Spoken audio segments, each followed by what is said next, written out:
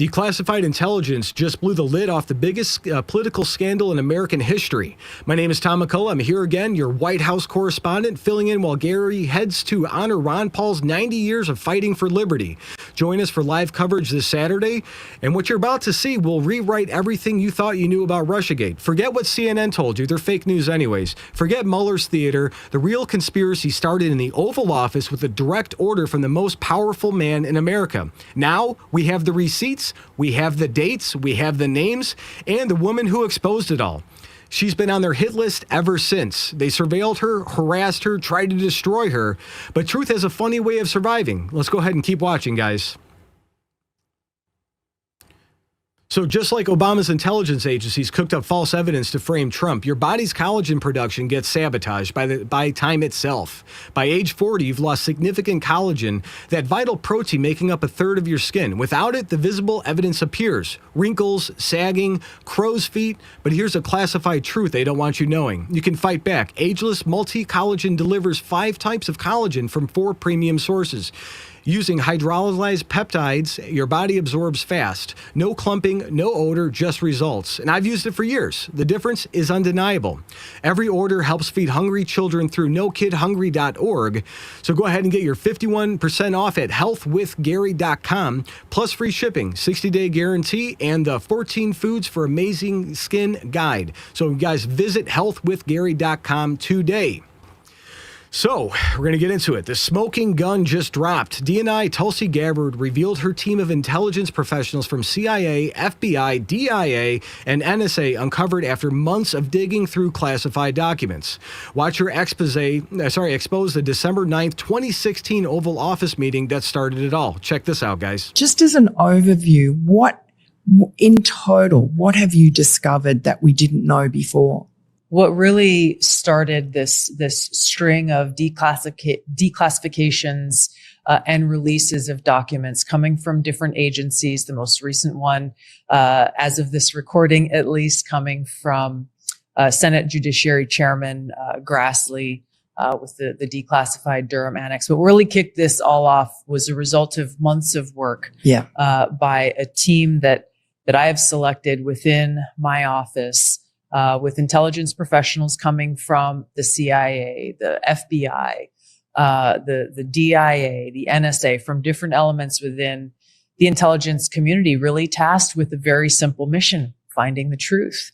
And about the Russia hoax? Finding the truth in this case about focused on election integrity and specifically around this whole Russia hoax narrative that really consumed much of the 2016 campaign and certainly pretty much all 4 years of President Trump's first administration.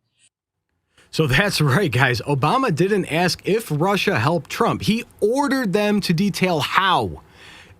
It's insane. The conclusion came first, the evidence second. But it gets worse. Gabbard's team discovered the exact language Obama used to corrupt the entire intelligence apparatus. And this next clip reveals how Clapper, Brennan, and Comey fulfilled their marching orders using intelligence Tulsi calls essentially trash. Let's go ahead and take a look at this. And for months, they sought to find and dig up documents, emails, previous intelligence assessments, checking the sources that were listed in those assessments that really led to the first big release that we had that uncovered the truth about how President Obama ordered this January 2017 intelligence community assessment to be produced. And he directed this order in early December after President Trump had won the election. And in an Oval Office meeting, December 9, 2016. And the language that was used in providing those tasks to the intelligence community from then Obama's DNI James Clapper is very significant because it doesn't ask the question, did Russia try to help Trump win this election? It was detail how Moscow tried to influence the election in favor of Donald Trump. So it presumes the conclusion and drives the conclusion that President Obama wanted to see. And that really kicked off what James Clapper, John Brennan, James Comey, and others fulfilled in this directive. All right, guys, this was months of work by intelligence professionals from every major agency. And what did they find? A predetermined conclusion dictated from the top. Not an investigation, a frame job. And Alex Marlow just connected the dots the media won't even touch. Every single prosecution of Trump, including the Stormy Daniels case, traces back to this original hoax. And watch him explain how one big lie spawned 6 criminal cases. Check this out. There were 6 key cases against Trump. He had to win all these cases. He didn't have to win them, but he'd at least survive them while he was running for president from a courthouse because of massive election interference that was controlled from the top, from the Joe Biden White House, blatantly illegal, needs to be investigated, and we need to start seeing some heads roll over this thing. However, no one can really even sort out the 6 cases in their head. Julie Kelly can, but most people can't do this. And I tried to write something so that people could actually understand the extent of the lawfare, the extent that is connected to the other hoaxes of our time. One of the things that I really wanted to highlight to you and the posse on the show today was the Stormy Daniels case, the one case that ended in convictions, criminal convictions for Trump, never should have happened. The reason why that case ended up in a conviction was because of the Russian collusion hoax. Michael Cohen was a key subject of the Russiagate investigation. The government was able to get access to his Gmail account, the Justice Department, and the special counsel from Robert Mueller's investigation. All of this started with the Russiagate hoax. If there is no Russiagate hoax, there is no Stormy Daniels conviction, which, by the way, we got to throw out all those convictions on that front. But the point is, no one understands the interconnectivity of all of the lawfare. It is from a superstructure. It's a massive apparatus. I explained the apparatus, who funds it, what they're doing now, how it's connected to the Boasbergs of the world. This is their only way to stop the MAGA agenda right now, and they're working 24/7 right now to do it.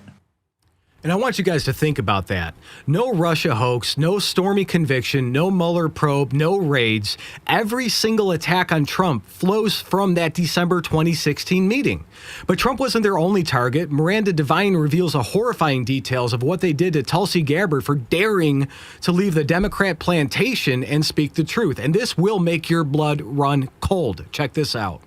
President Trump is not the only person in that group you just mentioned who was targeted by the deep state cabal. Kash Patel was, quite infamously. Tulsi Gabbard was, quite infamously. Yes. He's had an interview with her, actually, about that. To what extent do you think, having lived through that experience, has made them more dogged fighters on President Trump and the country's behalf?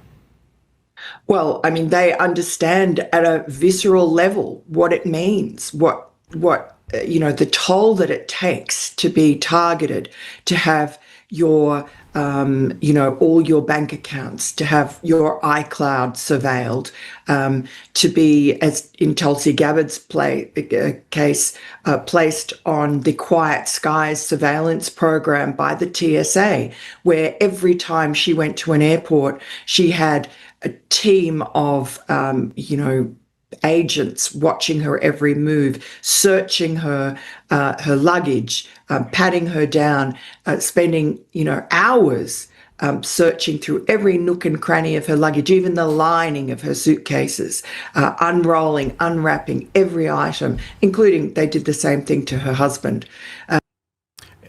Man, surveilled bank accounts, hacked iCloud, placed on the terrorist watch list, hours of airport harassment, all for telling the truth about their lies. And remember, this whole operation had foreign help. Here's Hillary Clinton, in her own words, literally calling for China to interfere in our elections while accusing Republicans of Russian ties. You guys can't make this stuff up. Let's go ahead and check this out. The only other adversary of ours who's anywhere near as good as the Russians is China. So why should Russia have all the fun? And since Russia is clearly backing Republicans, why don't we ask China to back us? I hereby tonight ask China. That's right. And why should Russia have all the fun? That's their literal mentality, guys. Accuse others of exactly what you're doing. And it's classic projection from the master manipulator herself. And all this, meanwhile, NBC scrambles to cover for their co-conspirators. Watch their pathetic attempt to gaslight America about grand jury investigations into Obama officials. This panic is delicious. Take a look. Take us, Ken, exactly through what the Trump administration is trying to do here. Well, that question can be answered on many levels, Chris. I think one thing that the Trump administration is trying to do is throw a bone to their supporters, many of whom believe legitimately in their hearts that people involved in the Biden and Obama administrations committed crimes and should be in prison. They believe that. There's no evidence to support that. And in fact, what's happening here is quite troubling. You know, it doesn't take a lot of predication to open a criminal investigation. That's really not the significance of this. To me, the significance is that the administration leaked it, almost issued a press release to Fox News. That's not supposed to happen. It's fine for grand juries to re-examine. In this case, this has been investigated ad infinitum, including by a special counsel appointed by Donald Trump. But it's not unheard of for people to take another look at a closed criminal investigation. What's unheard of is for that to be leaked. It's to embarrass people publicly. And also, just the fact that the investigation is going to cause people to have to pay legal fees, perhaps talk to FBI agents, perhaps appear before a grand jury, all of which, again, has been previously investigated by a special counsel, John Durham, appointed by Donald Trump. He looked exhaustively at all these issues, and it was very clear to everyone who watched that investigation that he would have charged anybody he thought violated the law, and he did not charge any of the main players. In fact, he didn't even address this whole issue of the intelligence community assessment on Russian interference in his final report, even though he looked very closely at that issue. So there's a lot of questions here about what's happening, and a lot of people are looking at this and saying this is a real distortion of the criminal justice system, Chris. No evidence? Come on. We have the declassified documents. We have the dates. We have the orders. And we have Obama's signature on the directive to frame a duly elected president. So here's what really happened. Obama knew Trump would expose their corruption, so he weaponized the intelligence community before leaving office.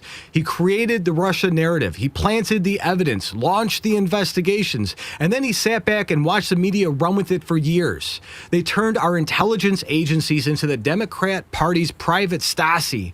The CIA, the FBI, and the NSA are all corrupted to serve political masters instead of protecting America. And when Tulsi Gabbard exposed it, they turned those same weapons on her. Think about that. The Durham investigation barely scratched the surface. Now we need real accountability. Every official who participated in this coup attempt must face justice. From Obama's Oval Office to Comey's FBI to Brennan's CIA, the conspiracy reached every single level of government. And this wasn't just incompetence. This was treason. They knew Trump was innocent. They knew Russia didn't hack the election. They knew the Steele dossier was garbage, but they pushed forward anyways because power mattered more than truth. And the establishment media, they were willing accomplices. Every breathless report about Russia collusion, every anonymous source, every leaked story, all coordinated to sell Obama's lie. They knew it was false and reported it anyways.